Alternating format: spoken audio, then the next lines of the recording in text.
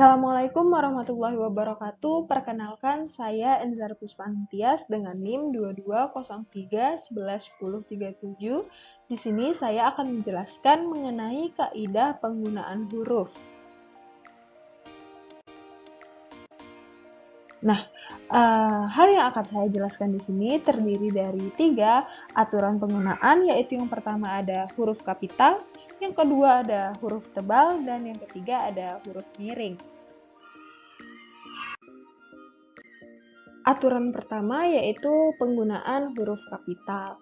Nah, dalam huruf kapital ini sendiri terdapat beberapa kaidah penggunaan huruf kapital, yaitu yang pertama, huruf kapital digunakan sebagai huruf pertama pada awal kalimat. Nah, ini pastinya kita sudah tidak asing lagi dalam huruf pertama pada awal kalimat ini. Setiap huruf pertama pada awal kalimat dituliskan dengan huruf kapital tanpa pengecualian jenis kalimat tersebut. Dapat kalimat tanya, kalimat seru, kalimat langsung, ataupun kalimat tidak langsung. Selanjutnya yaitu yang kedua, huruf pertama unsur nama orang termasuk julukan. Contohnya ini bisa kita lihat pada nama Nadine Amizah. Nah, setiap unsur pertama dari kata dalam nama Nadine Amizah ditulis dengan huruf kapital, dan yang contoh kedua yaitu pada nama atau julukan Bapak Proklamasi. Nah, setiap huruf pertama pada unsur nama atau julukan Bapak Proklamasi haruslah ditulis dengan huruf kapital karena merujuk pada julukan seseorang, yaitu Presiden pertama kita yang dijuluki sebagai Bapak Proklamasi. Nah, yang ketiga yaitu huruf pertama pada nama teori, hukum, serta rumus. Dapat kita lihat dalam contoh yaitu rumus Pitagoras. Nah, Pitagoras sendiri, huruf pertama dari Pitagoras sendiri haruslah ditulis dengan huruf kapital, dan hukum Pascal yaitu huruf pertama dalam kata Pascal haruslah ditulis dengan huruf kapital karena merujuk pada nama atau jenis dari sebuah hukum yaitu hukum Pascal. Selanjutnya yang ketiga yaitu huruf pertama pada awal kalimat dalam petikan langsung. Hal ini dapat dilihat dalam contoh yang telah saya tera, yaitu kalimat kakaknya lalu mengatakan, "Kamu itu lebih muda daripada aku." Hal ini frasa "kamu itu lebih muda dari aku" merupakan sebuah frasa yang merupakan masuk dalam petikan langsung, sehingga kata kamu sebagai awal kata dalam awal kalimat petikan langsung haruslah ditulis dengan huruf kapital. Selanjutnya yaitu huruf pertama dalam hal yang berkaitan dengan agama, seperti nama Tuhan, nama agama, kitab suci, dan kata ganti Tuhan, serta singkatan dari kata ganti Tuhan tersebut. Nah, selanjutnya yaitu huruf pertama unsur nama, gelar, kehormatan, keturunan, keagamaan, atau akademik yang diikuti oleh nama orang ataupun ditulis sebagai sapaan. Nah, contohnya itu yaitu Sultan Iskandar Muda. Sultan merupakan sebuah gelar kehormatan atau kebangsawanan yang diikuti dengan nama diri yaitu Iskandar Muda, sehingga harus ditulis dengan huruf kapital. Selanjutnya yaitu Kiai Haji Ahmad Dahlan. Kiai Haji merupakan sebuah gelar kehormatan keagamaan yang diikuti dengan nama orang yaitu Ahmad Dahlan, sehingga setiap unsur nama tersebut haruslah ditulis dengan huruf kapital. Nah, selanjutnya yaitu huruf pertama unsur nama jabatan dan pangkat yang diikuti nama orang atau yang digunakan sebagai pengganti nama orang. Nah, contoh yang telah saya berikan yaitu yang pertama Gubernur Ganjar Pranowo. Nah, kata gubernur diikuti dengan nama orang, sehingga kata gubernur serta Ganjar Pranowo harus dituliskan dengan huruf kapital. Dan contoh yang kedua yaitu Gubernur Sumatera Utara mengunjungi warga. Kata gubernur haruslah ditulis dengan huruf kapital karena Sumatera Utara menggantikan nama orang yang telah dirujuk, sehingga Gubernur Sumatera Utara haruslah ditulis dengan huruf kapital. Selanjutnya yaitu huruf pertama pada nama bangsa, suku bangsa, serta aksara. Yang ke-9 yaitu huruf pertama pada unsur pertanggalan seperti tahun, bulan, hari, ataupun hari besar, yaitu yang termasuk selanjutnya yaitu huruf pertama unsur nama peristiwa sejarah. Contohnya dapat kita lihat pada layar, yaitu 17 Agustus diperingati sebagai Hari Kemerdekaan Indonesia. Nah, Hari Kemerdekaan Indonesia merupakan sebuah peristiwa sejarah, sehingga dalam setiap awalan unsur yang ditulis haruslah menggunakan huruf kapital. Dan yang selanjutnya yaitu huruf pertama nama geografi serta yang menunjukkan asal daerah. Contohnya dapat kita lihat yaitu pada kata atau frasa Sungai Mahakam. Nah, Sungai Mahakam merujuk pada nama geografi yang menunjukkan asal daerah.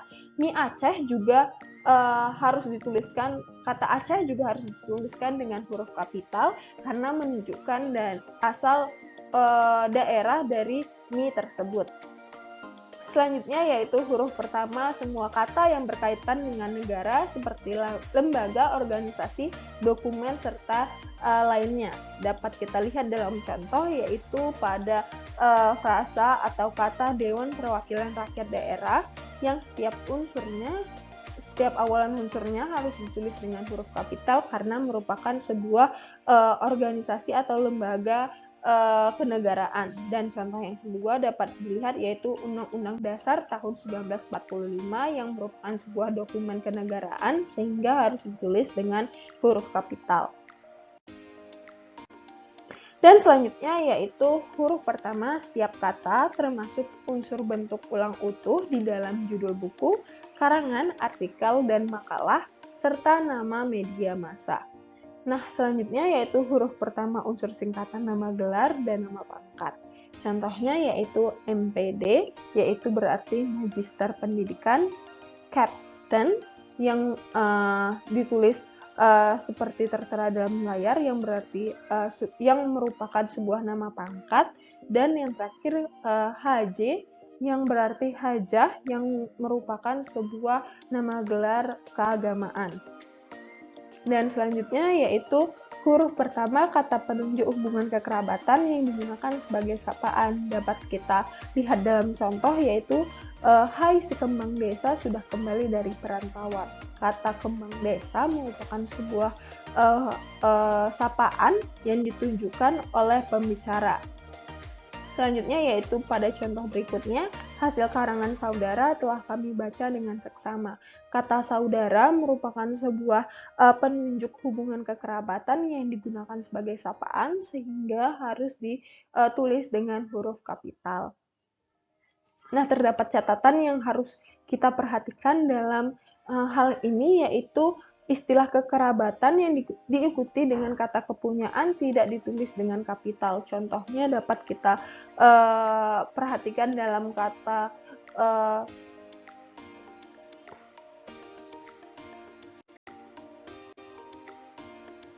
Nah, dalam kaidah penggunaan huruf kapital ini terdapat beberapa pengecualian yang haruslah dapat kita perhatikan, yaitu yang pertama, huruf kapital tidak digunakan sebagai huruf pertama nama orang yang digunakan sebagai nama jenis atau satuan ukur. Nah, contohnya ini yaitu pada kata watt, ampere, dan lain sebagainya. Yang kedua yaitu huruf kapital tidak digunakan sebagai huruf pertama yang bermakna anak dari sebuah nama diri. Contohnya yaitu Boru, Bin, Binti, serta Van.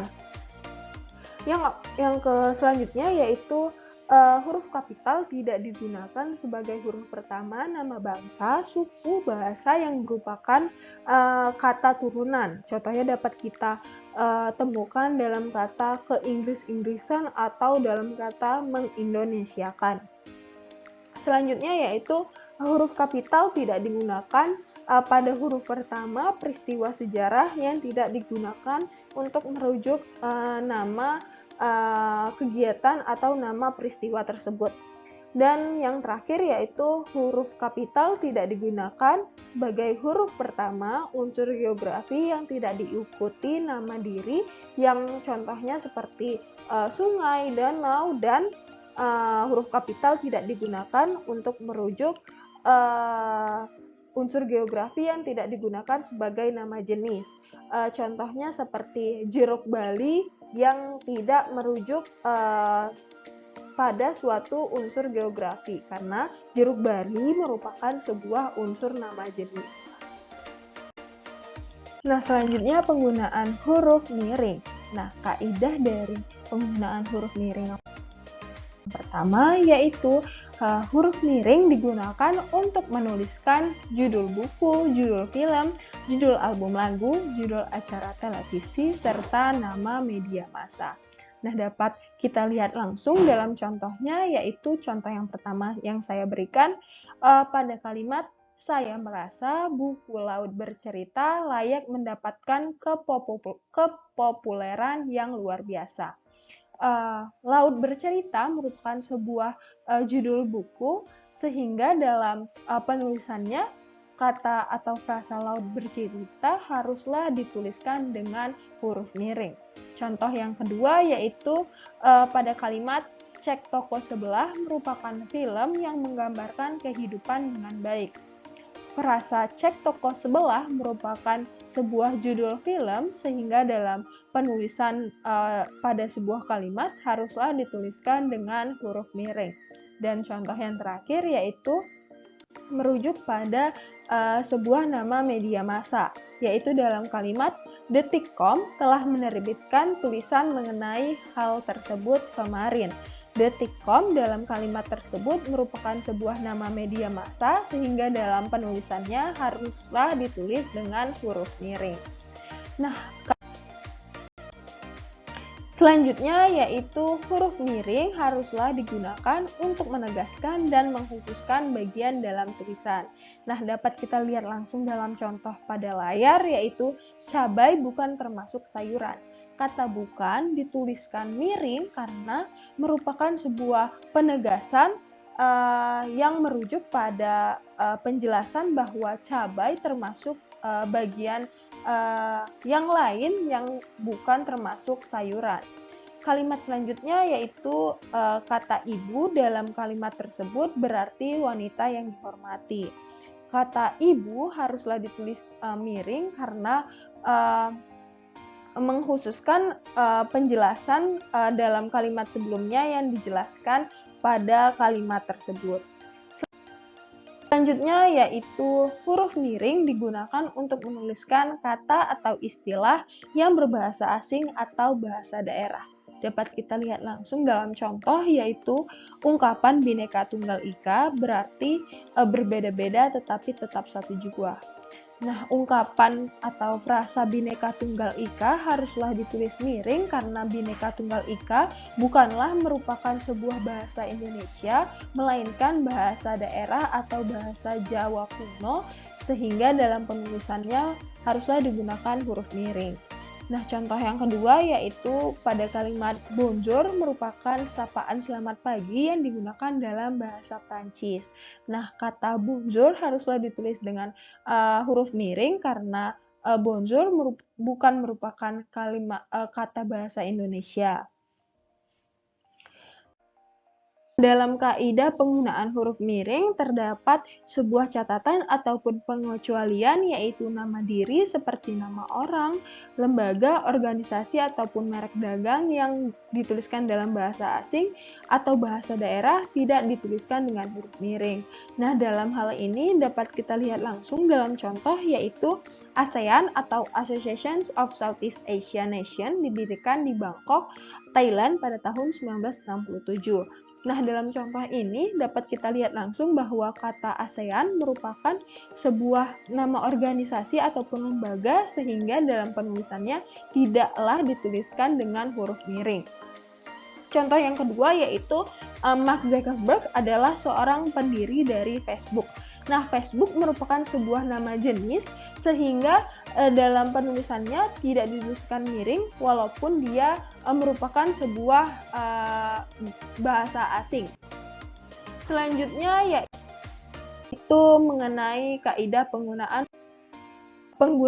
huruf tebal. Yang pertama yaitu huruf tebal digunakan untuk menegaskan bagian tulisan yang sudah dituliskan miring.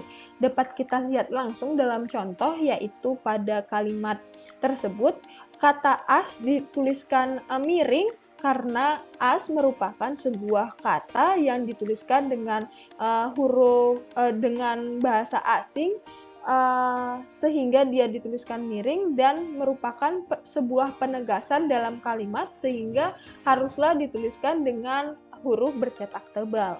Dan selanjutnya yaitu huruf tebal digunakan untuk menegaskan bagian karangan seperti bab ataupun subbab. Dapat kita lihat langsung dalam contoh, yaitu bab pertama pendahuluan dituliskan dengan huruf tebal karena merupakan sebuah nama bab, dan selanjutnya yaitu 1.1 latar belakang dan masalah dituliskan dengan huruf tebal karena merupakan sebuah contoh dari subbab. Baiklah, sekian penjelasan mengenai kaidah penggunaan huruf kapital, huruf miring, dan huruf tebal dari saya. Semoga penjelasan saya dapat bermanfaat untuk para penonton sekalian. Saya ucapkan terima kasih. Wassalamualaikum warahmatullahi wabarakatuh.